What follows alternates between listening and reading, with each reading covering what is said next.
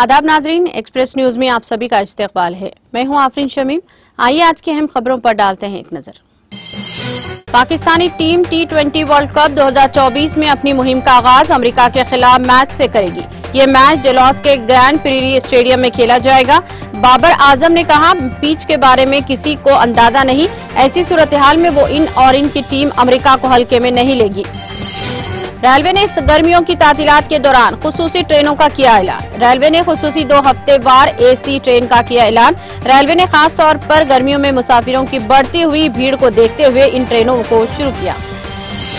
नरेंद्र मोदी की हलफबर्दारी, आखिरी वक्त में तब्दीली हुई तारीख। लोकसभा इंतखाबात के नतायज के बाद दिल्ली में हुकूमत बनाने के लिए कशमकश जारी।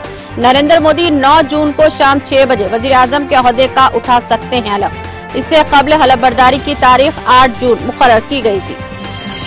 हिंद नसाद खातून खलाबाज सुनीता विलियम्स ने रकम की तारीख, तीसरी बार खला के लिए भरी परवाज।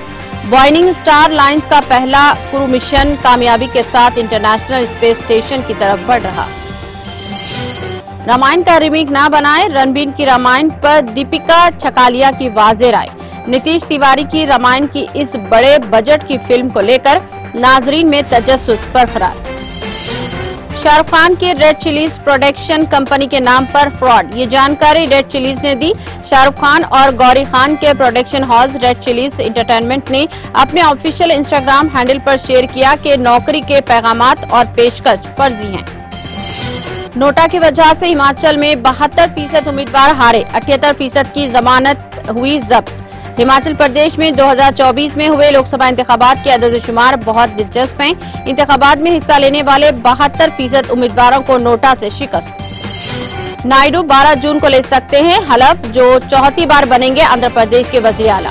नरेंद्र मोदी की 8 जून को वजीर आजम के तौर पर हलफ उठाने की वजह से ऐसा हो रहा है। पहले नायडू को 9 जून को हलफ लेना था, लेकिन मोदी की हलफ बर्दारी की वजह से वो अपने हलफ बर्दारी के प्रोग्राम को 12 जून तक मुलतवी कर सकते हैं। मोदी हुकूमत की तश्कील पर हलचल तेज, JP नड्डा की रिहाइशगाह पर अहम मीटिंग। हुकूमत के खाके पर किया जा रहा है तबादला ख्याल। नरेंद्र मोदी की क़ियादत में अपने इत्तेहादियों के साथ मरकज में नई हुकूमत बनाने जा रही। लोकसभा इंतखाबात के नतायज में इस बार भी BJP ने की दिल्ली की तमाम सीटों पर कामयाबी हासिल। आम आदमी पार्टी और रियासत के वज़ीर आला अरविंद केजरीवाल के लिए बड़ा धचका, आम आदमी पार्टी के अंदर हलचल। हैदराबाद में मज़ीद बारिशों की पेशकियासी, शहर ने जुनूब मगरिब मानसून का किया इस्तकबाल। दिन का दर्ज हरारत ज्यादा से ज्यादा 36 डिग्री सेल्सियस के करीब पहुंचने का इम्कान। रेवंत रेड्डी ने चंद्रबाबू नायडू से फोन पर की बातचीत। चीफ मिनिस्टर ने आंध्र प्रदेश के चीफ मिनिस्टर का ओहदा संभालने के मौके पर चंद्रबाबू नायडू को दी मुबारकबाद। गीता आश्रम दमा के मरीजों के लिए आयुर्वेदिक दवा तकसीम करने के लिए है तैयार। आश्रम 3 दहाइयों से लोगों में दवाएं तकसीम कर रहा है। मेदक जिले में आसमानी बिजली गिरने से 2 किसानों की मौत हुई। किसान जंगल में लकड़ियां लेने गए थे, ताहम वापस न आए।